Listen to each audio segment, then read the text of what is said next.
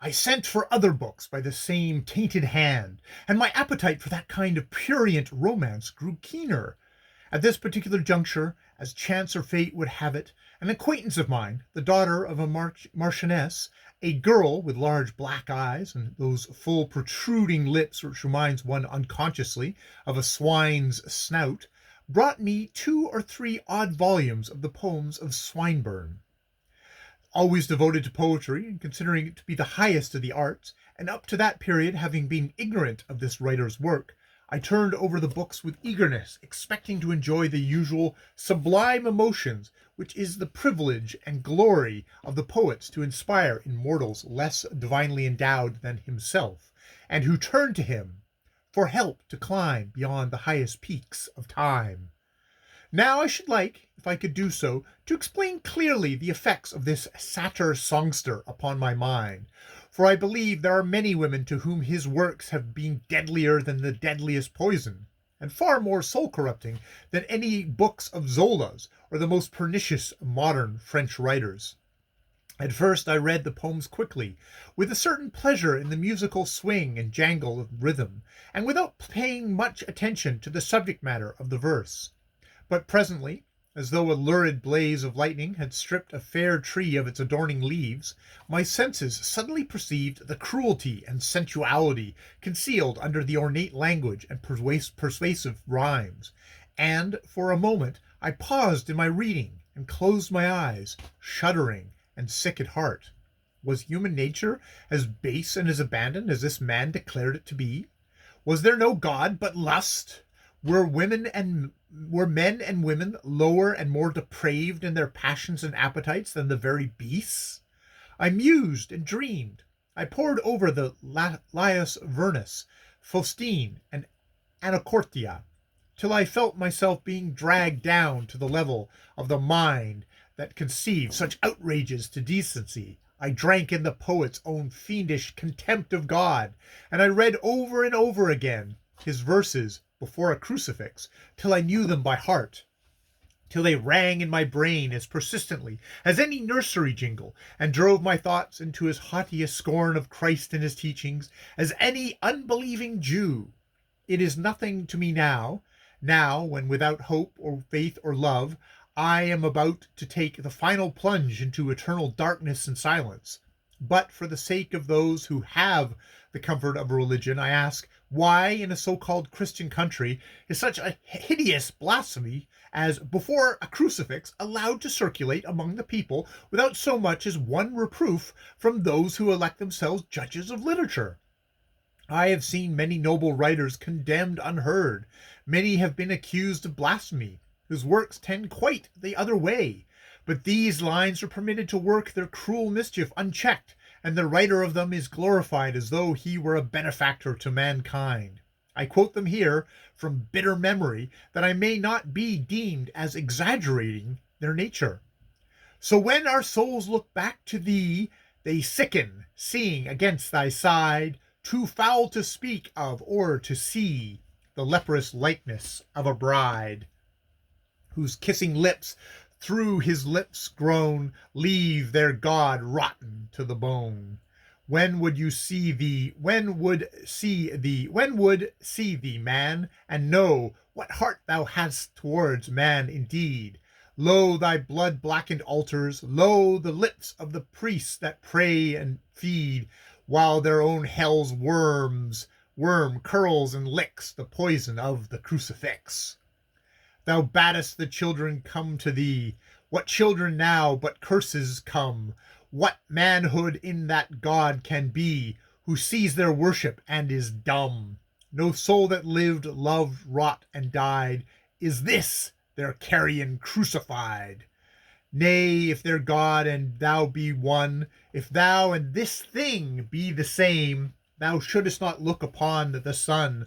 The sun grows haggard at thy name. Come down, be done with, cease, give over, hide thyself, strive not, be no more.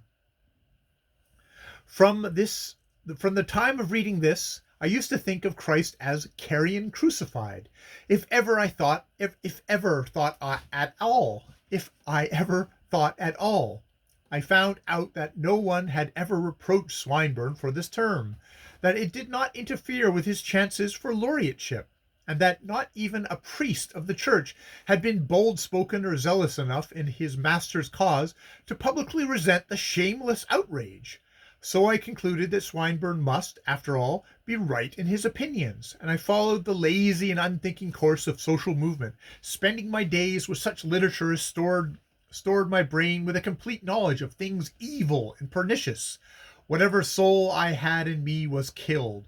The freshness of my mind was gone. Swinburne, among others, had helped me to live mentally, if not physically, through such a phase of vice as had poisoned my thoughts forever. I understand there is some vague law in existence about placing an interdiction on certain books considered injurious to public morals. If there is such a rule, it has been curiously lax concerning the author of Anacortia, who, by virtue of being a poet, passes unquestioned into many a home, carrying impure suggestions into minds that were once cleanly and simple. As for me, after I had studied his verse to my heart's content, nothing remained sacred. I judged men as beasts and women as little better. I had no belief in honor, virtue, or truth, and I was absolutely indifferent to all things save one, and that was my resolve to have my own way as far as love was concerned. I might be forced to marry without love for purely money considerations, but all the same, love I would have, or what I called love, not an ideal passion by any means, but precisely what Mr. Swinburne and quite a few other quite Swinburne and quite a few other of the most praised novelists of the day had taught me to consider as love. I began to wonder when and how I should meet my lover. Such thoughts as I had at this time, indeed, would have made moralists stare and uplift their hands in horror. But to the exterior world, I was the very pink and pattern of maidenly decorum, reserve, and pride. Men desired, but feared me, for I never gave them any encouragement, seeing as yet none among them whom I deemed worthy of such love as I could give. The majority resembled carefully trained baboons, respectably clothed and artistically shaven, but nevertheless all with the spasmodic grin, the leering eye, and the uncouth gestures of the hairy woodland monster. When I was just 18, I came out in earnest. That is, I was presented at court with all the foolishness and farcical pomp practiced on such occasions. I was told before going that it was a great and necessary thing to be presented, that it was a guarantee of position, and above all of reputation. The Queen received none whose conduct was not rigidly correct and virtuous. What humbug it all was! I laughed then, and I can smile now to think of it.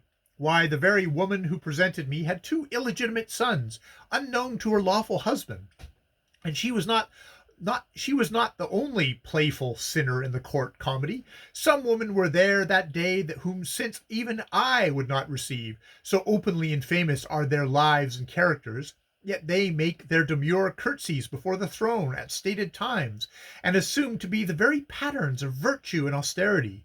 Now and then it chances in the case of an exceedingly beautiful woman, of whom all the others are jealous, that for her little slips she is selected as an example and excluded from court, while her plainer sisters, though sinning 70 times 7 against all the laws of decency and morality, are still received. But otherwise there is very little real care exercised as to the character and prestige of the woman whom the Queen receives. If any one of them is refused, it is certain she adds to her social enormities the greater crime of being beautiful. Otherwise there would be no one to whisper away her reputation. I was what is called a success on my presentation day. That is, I was stared at and openly flattered by certain members of my sex who were too old and ugly to be jealous, and treated with insolent contempt by those who were young enough to be my rivals. There was a great crush to get into the throne room, and some of the ladies used rather strong language. One duchess, just in front of me, said to her companion, "Do as I do, kick out. Bruise their shins for them, as hard as you can. We shall get on faster then." This choice remark was accompanied by the grin of a fishwife and the stare of a drab. Yet it was a great lady who spoke, not a transatlantic importation, but a woman of distinguished lineage and connection. Her observation, however, was only one out of many similar speeches which I heard on all sides of me during the distinguished mêlée, a thoroughly ill-mannered crush which struck me as supremely vulgar and totally unfitting the dignity of our sovereign's court. When I curtsied before the throne at last, and saw the majesty of the empire represented by a kindly-faced old lady, looking very tired and bored, whose hand was as cold as ice when I kissed it, I was conscious of an intense feeling of pity for her in her high estate. Who would be a monarch, to be doomed to the perpetual receiving of a company of fools? I got through my duties quickly, and returned home more or less wearied out and disgusted with the whole ceremony, and next day I found that my debut had given me the position of a leading beauty, or in other words, that I was now formally put up for sale. That is really what it meant by being presented and coming out. These are the fancy terms of one's parental auctioneer. My life was now passed in dressing, having my photograph taken, giving sittings to aspiring fashionable painters, and being inspected by men with a view to matrimony. It was distinctly understood in society that I was not to be sold under a certain figure per annum, and the price was too high for most would-be purchasers. How sick I grew of my constant exhibition in the marriage market! What contempt and hatred it was fostered in me for the mean and pitiable hypocrisies of my set! I was not long in discovering that money was the chief motive power of all social success, that the proudest and highest personages in the world could be easily gathered together under the roof of any vulgar plebeian who happened to have enough cash to feed and entertain them. As an example of this, I remember a woman, ugly, passé, and squint-eyed, who during her father's life was only allowed about half a crown a week as pocket money up to her 40th year, and who, when that father died, leaving her in possession of half his fortune, the other half going to an illegitimate children of whom she had never heard, he having always posed as a pattern of immaculate virtue, suddenly blossomed out as a leader of fashion, and succeeded, through cautious scheming and ungrudging toadyism, in assembling some of the highest people in the land under her roof. Ugly and passé though she was, and verging towards 50, neither grace, wit, nor intelligence, through the power of her cash alone, she invited royal dukes and titles generally to her dinners and dances, and it is to their shame that they actually accepted her invitation. Such voluntary degradations on the part of a really well-connected people I have never been able to understand. It is not as if they were actually in want of food or amusement, for they have a surfeit of both every season, and seems to me that they ought to show a better example than to flock in a crowd to the entertainments of a mere uninteresting and ugly nobody just because she happens to have money. I've never entered her house myself, though she has had the audacity to invite me. I learned, moreover, that she had promised a friend of mine 100 guineas if she could persuade me to make one appearance in her rooms.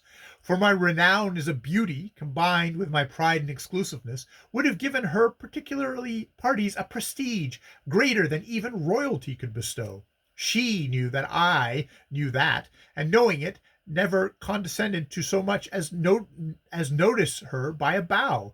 But though I took a certain satisfaction in thus revenging myself on the atrocious vulgarity of parvenus and social interlopers, I grew intensely weary of the monotony and emptiness of what fashionable folks call amusement, and presently falling ill of a nervous fever, I was sent down to the seaside for a few weeks' change of air with a young cousin of mine, a girl I rather liked because she was so different to myself.